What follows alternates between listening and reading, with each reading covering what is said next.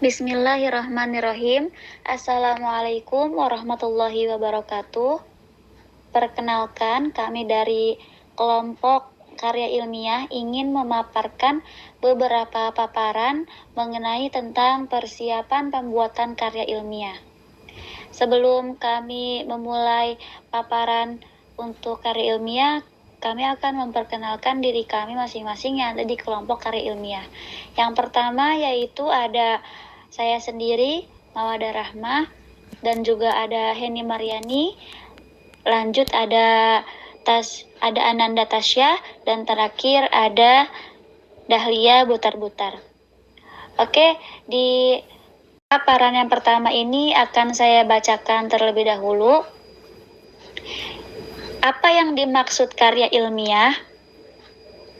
Karya ilmiah adalah suatu tulisan dari hasil penelitian ilmiah guna mencari sebab akibat suatu masalah berdasarkan penyelidikan, pengamatan, dan pengumpulan data, serta dibahas secara nalar dan rasional.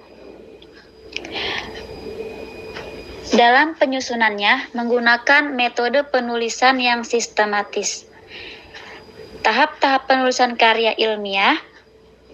Tahap persiapan, pengumpulan data, pengorganisasian atau pengonsepan, penulisan karya ilmiah, pemeriksaan dan penyuntingan konsep, penyajian dan juga penyuntingan revisi dan draft final.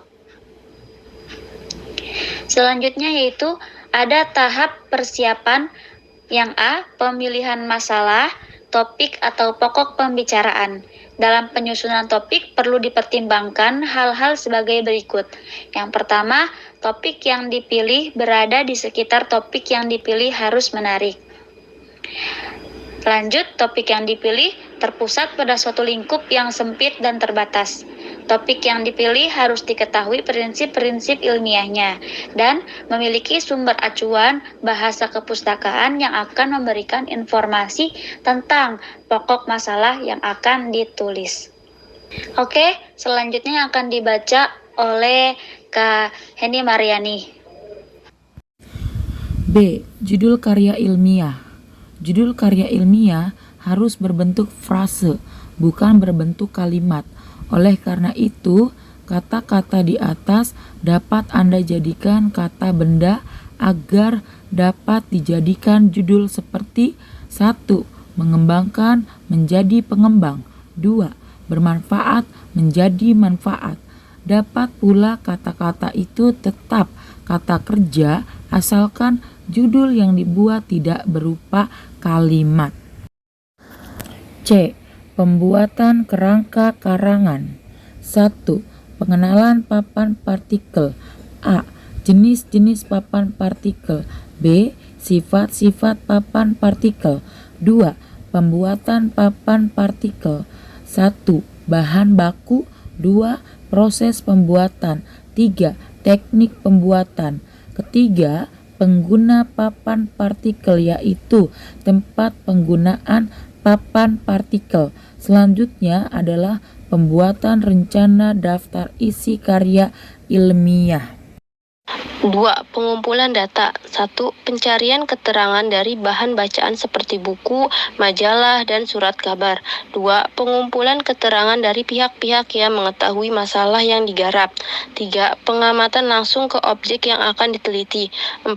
Percobaan dan pengujian di lapangan ke objek atau laboratorium. 3. Pengorganisasian dan pengonsepan. 1. Pengelompokan bahan yaitu bagian-bagian mana yang akan didahulukan dan bagian mana yang akan dikemudikan. Data yang sudah terkumpul diseleksi dan dikelompokkan sesuai jenis, sifat, atau bentuk. 2.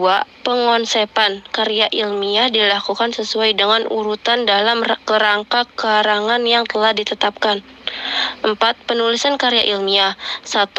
Pilihan kata dalam setiap kalimat dalam paragraf. 2. Kalimat dalam paragraf harus saling mendukung, tidak ada kalimat sumbang. 3. Setiap paragraf mengandung satu ide pokok yang dikembangkan dengan beberapa ide penjelas. 4.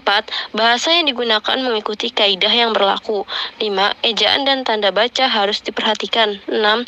Ada keterpaduan antara paragraf satu dengan paragraf berikutnya.